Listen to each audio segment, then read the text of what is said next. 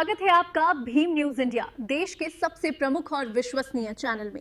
आप देख रहे हैं भीम न्यूज इंडिया। नमस्कार, मैं आपके साथ हूं। आइए जानते हैं आज की ताजा अपडेट्स। देश और दुनिया में क्या चल रहा है उसकी पूरी जानकारी लेकर हाजिर हैं। सबसे पहले बात करते हैं आज के मुख्य समाचार की। भीम न्यूज इंडिया देख रहे हैं विनय कुमार सिंघल के साथ। पूरे देश में यूसीसी यूनिफॉर्म सिविल कोड के लिए मशक्कत चल रही है। किसी भी बड़े बिल के बदलाव के लिए यूसीसी जो होता है समान नागरिकता कानून, यूनिफॉर्म सिविल कोड, इसके लिए हर जिले प्रदेश में रायशुमारी की जा रही है। बताते चले कि किसी बड़े नियम या कानून को बनाना होता है तो लोकसभा में 543 में से 365 सांसद चाहिए और राज्यसभा में 245 में से 164 सांसद चाहिए। साथ ही लगभग देश में जितने भी राज्य हैं उनमें से आधे राज्यों की विधानसभाओं से प्रस्ताव पारित होना चाहिए, तब जाके कोई नियम लागू होता है। इसी के तहत यूसीसी में आदिवासी संवर्ग को क्या नुकसान होने वाला है, कोटा नगर निगम दक्षिण के पूर्व उप महापौर पवन मीणा बता रहे हैं। देखिए एक यूसीसी वास्तव में है क्या? यूनिफॉर्म सिविल कोड समान नागरिक संहिता का अर्थ है कि देश में सभी नागरिकों पर, चाहे वो किसी भी धर्म, जाति या समुदाय कोई भी हो, विवाह, तलाक, भरण पोषण, गोद लेना, उत्तराधिकार, संपत्ति का बंटवारा और पारिवारिक मामलों से जुड़े एक समान नागरिक कानून लागू। वर्तमान में भारत में इन विषयों पर अलग अलग धार्मिक समुदायों के लिए अलग अलग व्यक्तिगत कानून लागू है।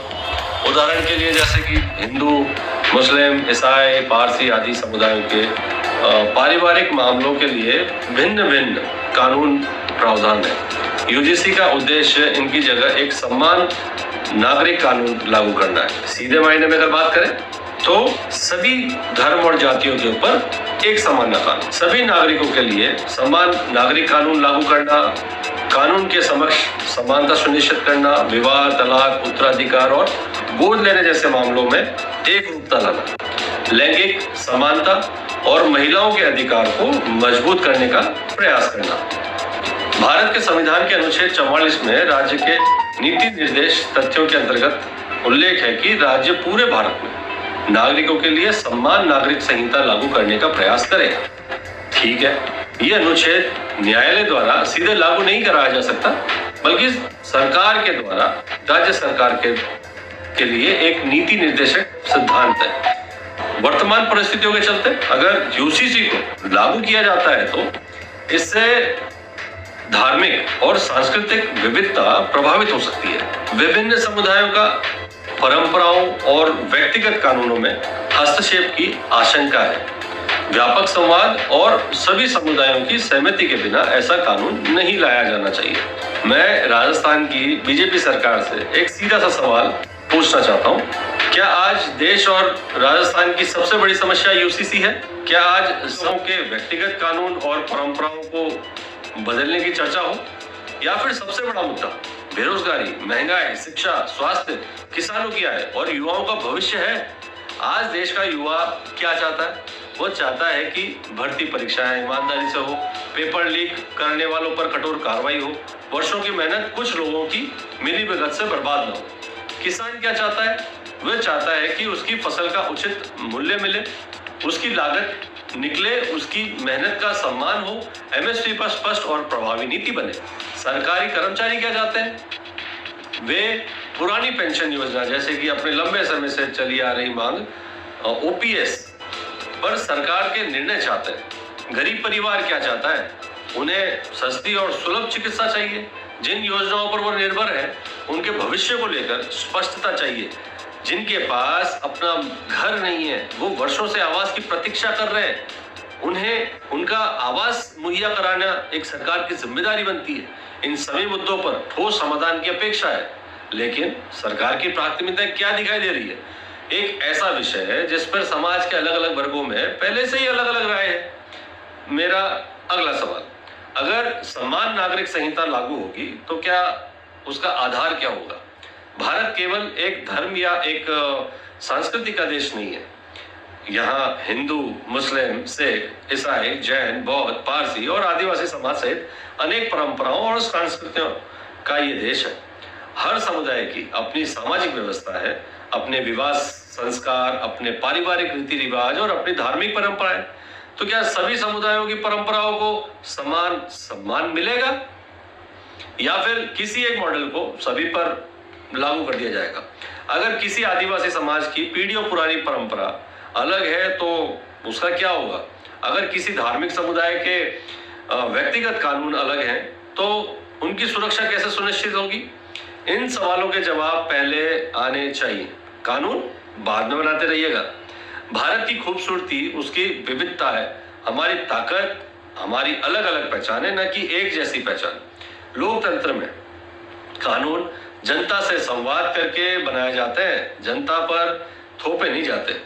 आज लोगों के मन में यह सवाल उठ रहा है कि जब देश की शिक्षा, रोजगार, स्वास्थ्य, महंगाई और कई अन्य गंभीर मुद्दे मौजूद हैं, तब बीजेपी सरकार की प्राथमिकताओं में यह विषय सबसे ऊपर क्यों आ गया? राजस्थान में बीजेपी सरकार द्वारा प्रस्तावित यूसीसी को लेकर गंभीर संवैधानिक प्रश्न उठते। अनेक विधि विशेषज्ञों, सामाजिक संगठनों एवं विभिन्न समुदायों का मत है कि यदि इस कानून में भारत की विविध धार्मिक एवं सांस्कृतिक परंपराओं का पर्याप्त संरक्षण सुनिश्चित नहीं किया गया तो यह भारतीय संविधान की मूल भावनाओं से टकराव की स्थिति उत्पन्न कर सकता है। विशेष रूप से यह आशंका व्यक्त की जा रही है कि प्रस्तावित प्रावधान संविधान के अनुच्छेद 14 समानता का अधिकार, अनुच्छेद 21 जीवन एवं व्यक्तिगत स्वतंत्रता का अधिकार, अनुच्छेद 25 धर्म की स्वतंत्रता तथा अनुच्छेद 26 धार्मिक संस्थाओं के प्रबंधन का अधिकार के अंतर्गत प्रदत्त अधिकारों को प्रभावित कर सकते हैं।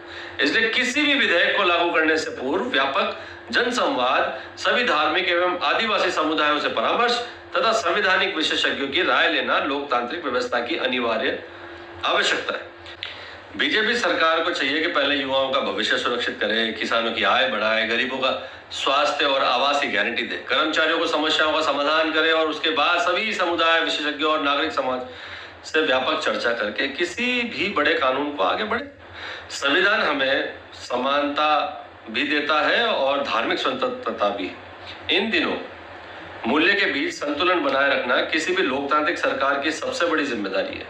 आज राजस्थान में बीजेपी सरकार द्वारा जिला परिषद कार्यालय में सम्मान नागरिक संहिता यूसीसी के संबंध में जन सुनवाई आयोजित की गई, जिसमें मुझे भी अपने विचार और आपत्तियां रखने का अवसर मिला। लेकिन पूरी बैठक के दौरान मुझे यह महसूस हुआ कि यह प्रक्रिया वास्तविक जन संवाद से अधिक केवल एक औपचारिकता बनकर रह गई।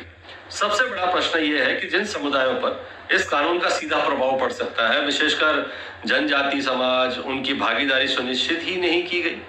किसी भी प्रमुख जनजातीय संगठन या सामाजिक संस्था का प्रतिनिधित्व को व्यवस्थित रूप से सूचना तक नहीं दी गई।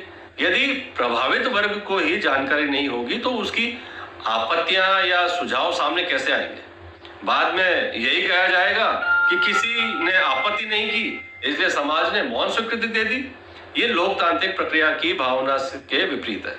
बैठक स्थल पर प्रधानमंत्री श्री नरेंद्र मोदी जी और मुख्यमंत्री भजन लाल शर्मा जी के बड़े बड़े पोस्टर लगाए गए थे, जिनमें कुछ सीमित बिंदुओं जैसे कि बहुविवाह पर रोक, लिव इन रिलेशनशिप का पंजीयन, तलाक का पंजीयन आदि पर सहमति मांगी जा रही थी। लेकिन किसी भी कानून का मूल्यांकन केवल ऐसे शीर्षकों से नहीं किया जा सकता। कानून की वास्तविक धाराएं, उनके कानूनी प्रभाव, संविधान से उनका संबंध और विभिन्न समुदाय के अधिकारों पर उनका असर समझना और समझाना आवश्यक है।